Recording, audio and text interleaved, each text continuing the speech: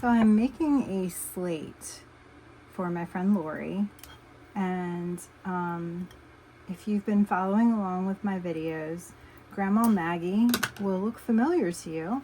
So we're putting a picture of Grandma Maggie on this slate, and these come with a plastic protective coating on them so that doesn't get a lot of dust or fingerprints or anything on the slate before you go to work on it. So we still need to make sure that nothing is there, and we'll do that with a lint roller and then like a microfiber towel. And you can see before we get started, slate is sometimes uneven, so there are a few places on it that they're not completely flat, but that's part of the nature of slate. So what we're going to do, here's the photo that we're going to work with, and it's mirrored because it's going to go face down on here, so when it transfers it will look the right way. So we are going to place this here and then work with this face down so we can get this placed.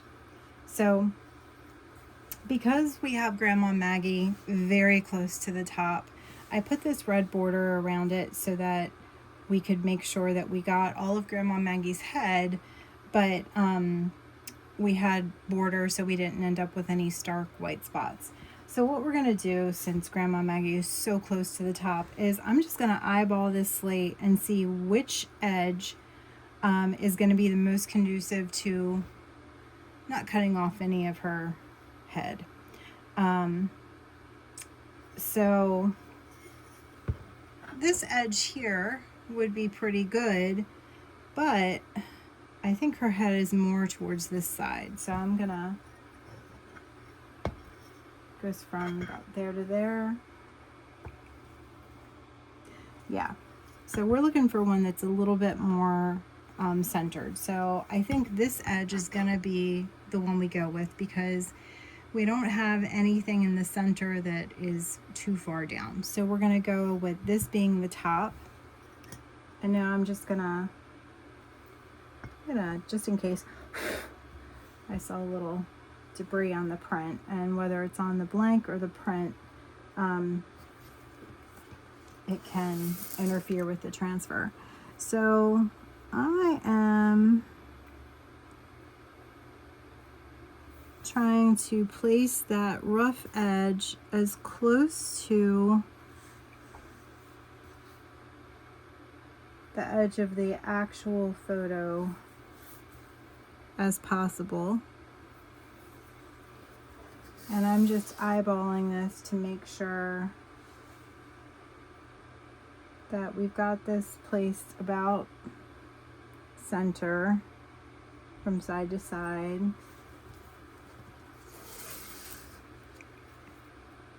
And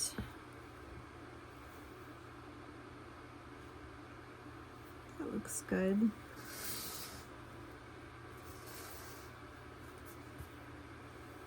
So now what I'm going to do is tape.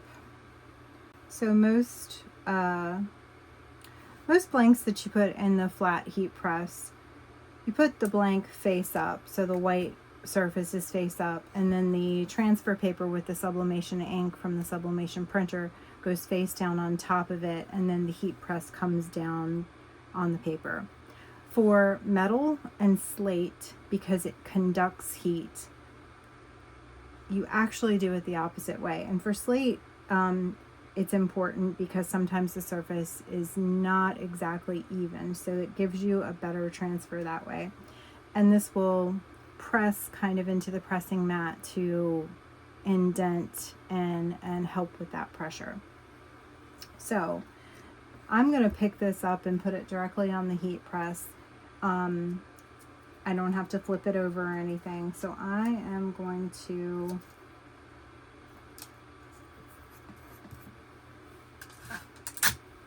just tape it down. And over on this side, I'm going to leave myself a pull tab, actually on both of these, so that I can easily check it. Slate takes a really long time. 400 degrees for 420 seconds. That's how long it's going to stay in there. And I'm going to put it in now. I'm going to be careful not to move anything. And put protective paper on the bottom and the top to protect your heat press, usually from blowout of ink, which can get on your pressing mat or on your heat plate and then transfer to other things, and that's all bad. But in this case, for the top here, you're really only doing that so you don't have any blowout from this edge that's exposed, because that's not going to come through the blank like it might for like the little drawstring bags that I do for the puzzles. So I'm going to put this back down. I'm going to put this blowout paper on top, and then I'm going to close the heat press, and it's going to be in here for 420 seconds at 400 degrees. So what I decided to do was actually, instead of putting this thinner paper on top, I put cardstock on top. Cardstock you usually put on the bottom to protect your pressing mat. But since we're doing this kind of the reverse of everything else, I wanted to put the cardstock on the top because that is what's going to get most of the ink, and it's thicker, so it will absorb it better. I made that change after I moved the camera. It's probably going to be fine, but it's better to be safe than sorry, because I don't want to risk transferring the ink from the blowout on this onto another project later and ruining it. So that's the thinking behind that. So we are at 270 seconds now. So we've got a few more minutes before this one is done. And Fred has decided to make an appearance. Come here, you can say hi. He likes to get in my lap to look out the window that's behind me. But he's not trying to do that right now. But this is Mr. Fred. He is one of the inspirations for the Crafty Lab. And if you look at my logo, you'll see that it looks a little bit more like Fred than Wilma. But looks like both of them. But anyway. So we're going to wait. We're now at 210 seconds. We're going to wait until it's ready to open, and we'll be back then. Now he wants to come up because I'm not blocking the window.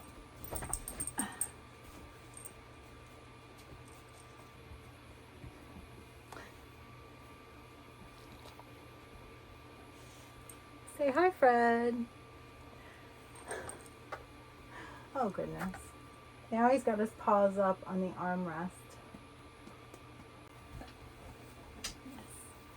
My very own Crafty Lab.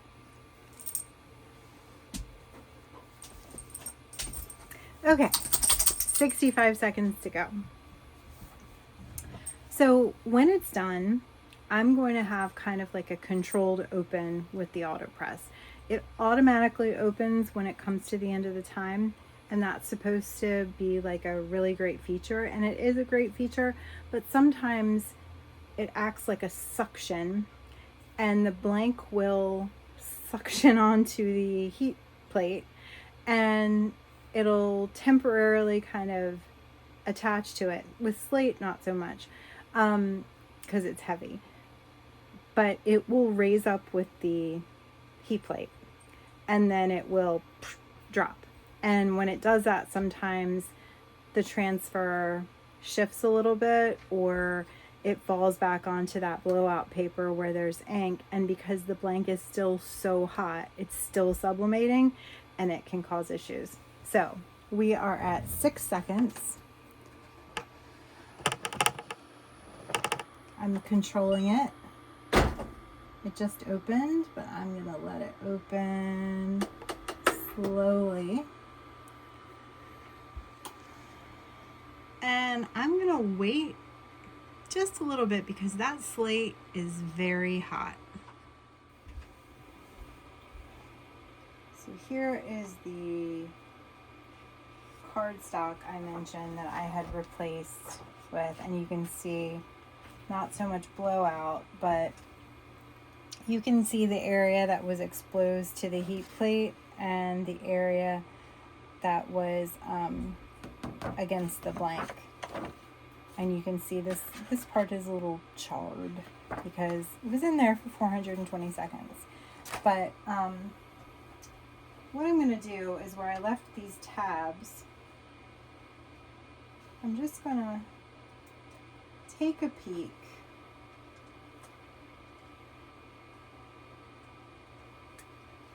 and see if we got a good transfer before I completely take it off the paper.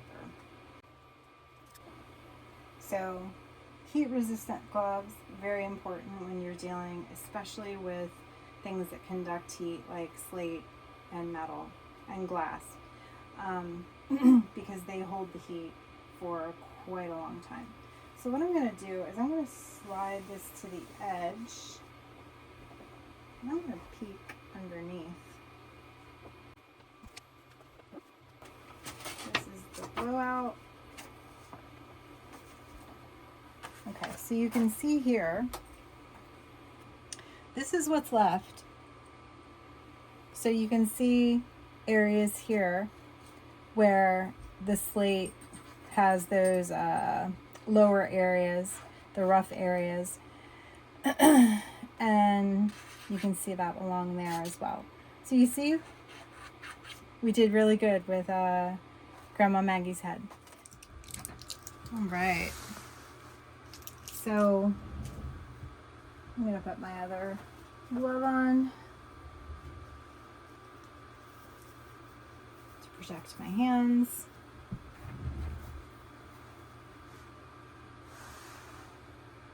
So I want to try and not get the glare from the window. So this is our finished product, and I can't hold it up too long because I do feel that heat. I got rid of all the glare now. Okay, so this is our finished product. This is the 6x6 square slate, and you can see that red border that I had. You can see a little of it along here, and that was to pull out the red in the shirt, and also just to give us some extra room so that we weren't cutting off Grandma Maggie's head. If we had room around the entire edge of the photo, we could have done it without the red border. Because you have these edges around here, if you don't have anything that will press into those, sometimes you'll end up with, they just remain those stark white. And if that's the look you're going for, that's great, but some people don't like that. So this turned out really well. I think Lori is going to be really happy. The colors are really vibrant, and I mean, how can you go wrong with Grandma Maggie as a subject? I mean, it's just fabulous. So even though I have heat resistant gloves on right now, I can still feel the heat through this. So I'm going to let this lay down on the pressing mat and cool off for a while. Once this is cooled off, you would put the display feet out and then prop the slate up in that, and that is how it would sit upright for you to display it in your home. And this also comes in a 6-inch diameter round slate and a rectangular slate. So I will put the information about all 3 of the Slate options in the caption or description below. But I hope you enjoyed, and as always, if you're watching this on YouTube, if you could like, subscribe, and hit the bell so you're notified anytime I post new content. If you're watching on Instagram or on Facebook, please like, share, and comment. I'd really appreciate it. And as always, this video is lab tested and lab approved by the Crafty Labs. Thanks and have a great day.